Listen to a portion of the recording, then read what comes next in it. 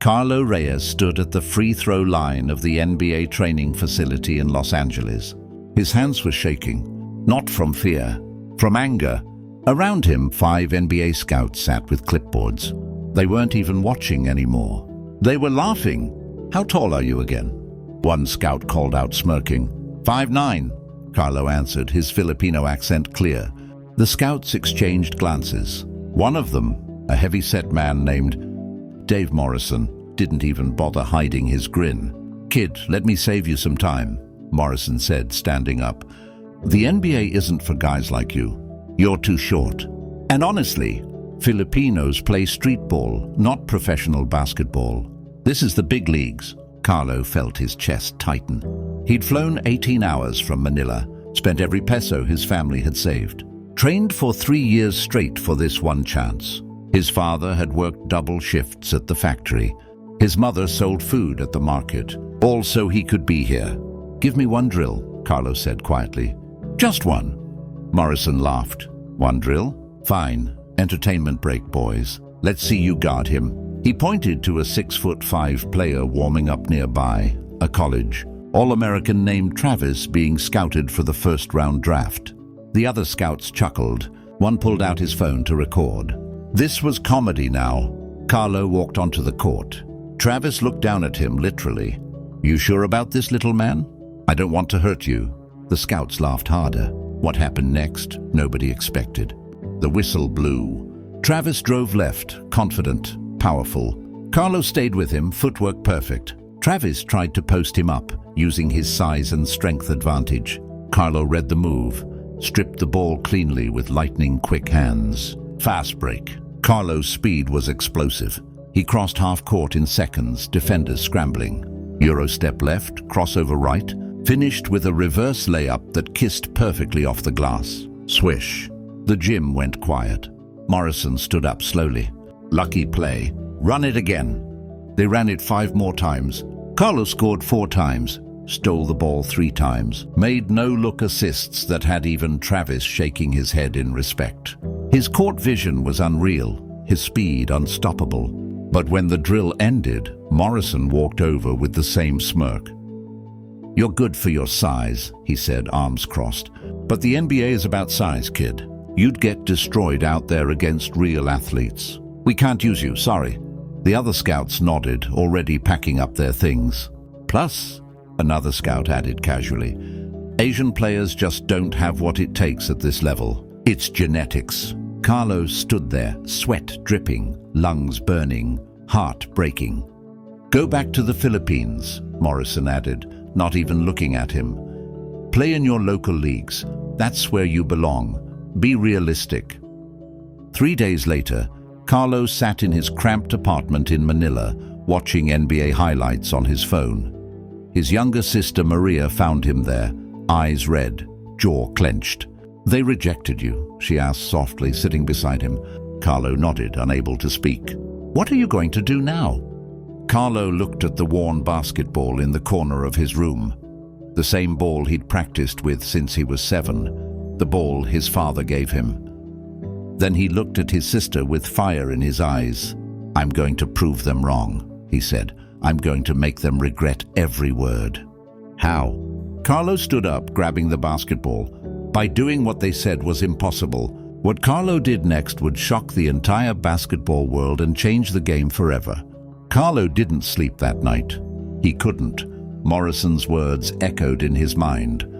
"Go back to the Philippines. That's where you belong." The next morning he was in the gym at 5 a.m., the same cramped community court in Manila where he'd learned to play. Cracked concrete, bent rim, no nets. But it was his court, his home. Maria found him there 3 hours later, drenched in sweat. "Carlo, you need to rest," she said. "I can't," he replied, not stopping his dribbling drills. "Every second I rest, they're right about me." Over the next 6 months, Carlo did something nobody expected. He didn't just train harder, he trained smarter. He bought every NBA game recording he could afford, studied film 16 hours a day, not casually, obsessively. He broke down every point guard under 6 feet who'd ever succeeded. Muggsy Bogues, Isaiah Thomas, Nate Robinson. Frame by frame, he analyzed their footwork, their defensive angles, how they used speed to compensate for height, how they made taller players uncomfortable. But Carlo didn't just copy, he innovated. He realized something Morrison and those scouts didn't understand. In basketball, the lowest man has the advantage. While 7-footers bent down to dribble, he was already low. His center of gravity wasn't a weakness, it was a weapon. He practiced getting under taller players, disrupting their dribbles from angles they couldn't defend, using his speed not just to go around them, but to create chaos they couldn't handle. Word spread in Manila basketball circles. That kid who got rejected by the NBA is training like a madman. Then came the call that changed everything. Coach Rodrigo Santos from the Philippine Basketball Association had been watching Carlo play in local leagues. The kid was dominating. 40 points one game, 20 assists another, 15 steals the next. "Carlo," Coach Santos said over the phone, "I want you to try out for the PBA." The PBA wasn't the NBA, but it was professional. It was a chance. It was a step. The tryout was brutal. 50 players competing for 3 roster spots. Most were 6'3", 6'5". All of them looked at Carlo the same way Morrison had, like he didn't belong. During scrimmages, they targeted him, posting him up, using size against him, testing him. But Carlo had spent 6 months preparing for exactly this. The first time a 6'6" forward tried to post him up, Carlo read the move before it happened, stripped the ball clean. Fast break, layup. The second time, same result. By the end of tryouts, Carlo had the most steals, highest assist rate, and fastest sprint times of any player there. Coach Santos didn't hesitate. "You made the team." 3 months into the PBA season, Carlo was still coming off the bench. Limited minutes. The team's veteran players got priority. Carlo understood. He was a rookie. He had to earn it. But in Game 12, everything changed. The starting point guard went down with an ankle injury in the 3rd quarter. The team was losing by 15 points. Coach Santos looked down the bench. "Carlo, you're in!" Carlo's hands shook as he checked into the game. This was his moment. 6 months of obsessive training. 6 months of proving everyone wrong. It all came down to this. The opposing team saw him enter and smiled. Their center actually laughed. "They're putting in the tiny guy?" Game over. What happened in the next 8 minutes would shock the entire arena and change Carlo's life forever. Carlo exploded. First possession, he stole the ball at half court. The opposing center tried to react, but Carlo was already gone. Layup, down by 13. Second possession, he forced a turnover. Fast break. Assist to his teammate, down by 11. The opposing team called timeout. Their coach was yelling, "Trap him, double team, don't let him breathe." But Carlo had spent 6 months studying how to break traps, how to see passing lanes before they opened, how to use his low center of gravity to slip between defenders. Third possession after timeout, they sent 2 defenders at him. Carlo split them like they were standing still, drew the 3rd defender. No-look pass to the corner, 3-pointer, down by 8. The arena was getting louder. The fans were standing. They'd never seen anyone move like this. Fourth possession, Carlo stole the ball again, this time from the same center who'd laughed at him. The big man tried to protect the ball, but Carlo's hands were too quick. He stripped it clean, went coast to coast between 3 defenders. Euro step, reverse layup, down by 6. The opposing coach was screaming now. His players looked confused, exhausted. They couldn't keep up with Carlo's pace. Fifth possession, Carlo didn't even touch the ball. He ran the floor so fast, created so much chaos with his movement, that his teammate got an easy dunk. Down by 4, the crowd was roaring. Carlo's coach was on his feet, pumping his fist. 2 minutes left. Carlo brought the ball up. The defense collapsed on him all. 5 players focused on stopping the tiny point guard who was destroying them. Carlo smiled. This was exactly what he wanted. He drove left, drew 4 defenders. At the last second, wrapped a pass around his back to his teammate cutting to the basket. Easy layup. Down by 2. 1 minute left. Tie game after a quick exchange of baskets. The opposing team had the ball. Their point guard tried to run clock. But Carlo was everywhere, pressuring, disrupting, his hands flashing. Finally, with 30 seconds left, he tipped the ball away, dove on the floor, came up with it. Timeout. Coach Santos called him over. "You've got them on their heels," the coach said. "Take the last shot. Win or lose, it's yours." Carlo nodded. 6 months ago, he was crying in a Manila apartment. Now, he was about to take the biggest shot of his life. The play started. Carlo dribbled at the top of the key. 15 seconds. The defense was all over him. 10 seconds. Carlo drove right. 3 defenders converged. 5 seconds. He stopped on a dime. Step back move. Tall defender flying past, completely off balance. 2 seconds. Carlo rose up. The shot felt perfect leaving his hands. 1 second. Swish. The arena erupted. Fans stormed the court.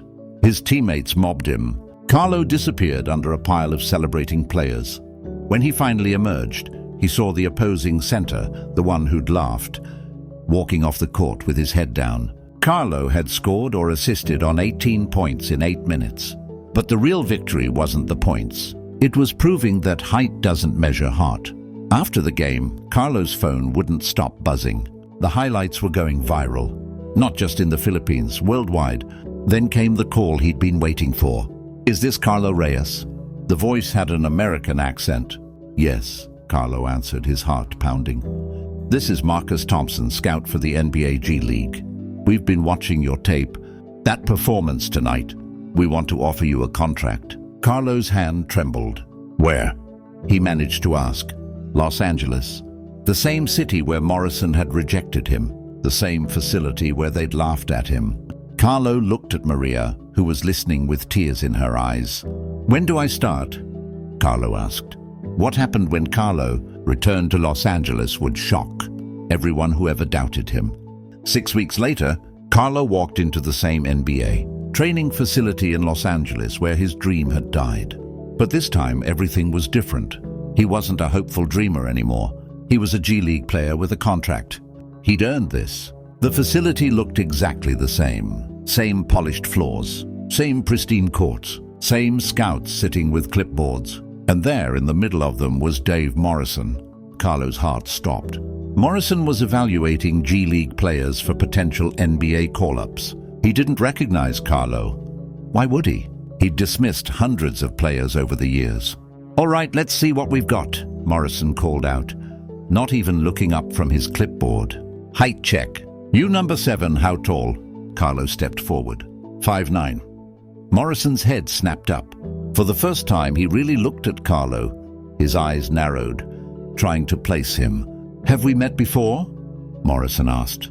"Yes," Carlo said simply. "You told me to go back to the Philippines.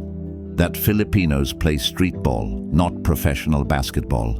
The gym went silent. Every player, every coach, every scout stopped and stared. Morrison's face turned red. He remembered now. The Filipino kid he'd mocked. The one he'd rejected without a second thought. That was you?" Morrison stammered. Carlo nodded. "You said I was too short, that I'd get destroyed. You laughed at me." Morrison opened his mouth, then closed it. What could he say? He'd been wrong. Completely, utterly wrong. "I've watched your tape from Manila," Morrison finally said quietly. "That performance, 18 points in 8 minutes. I've never seen anything like it." "You could have," Carlo replied, his voice steady but without anger. 6 months ago, but you didn't give me a chance. You judged me before I even played." Morrison looked down, shame visible on his face. The head G League coach stepped forward. "All right, let's see what you've got. Run the drill." They ran it. Carlo was even better than before. Faster, smarter, unstoppable. When it ended, the gym erupted in applause. Morrison walked over, his voice shaking. "I owe you an apology. I was wrong. Completely wrong." Carlo looked at the man who'd crushed his dreams. He could have been angry, bitter. Instead, he smiled gently. "Thank you," Carlo said. Morrison looked confused. "For what?"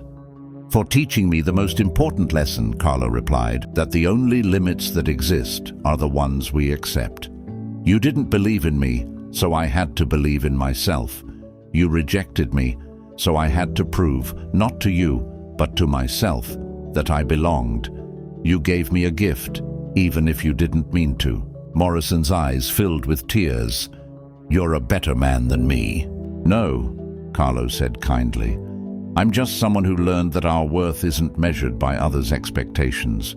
It's measured by our own heart." 3 months later, Carlo stood on an NBA court. Full roster, full contract, living his dream.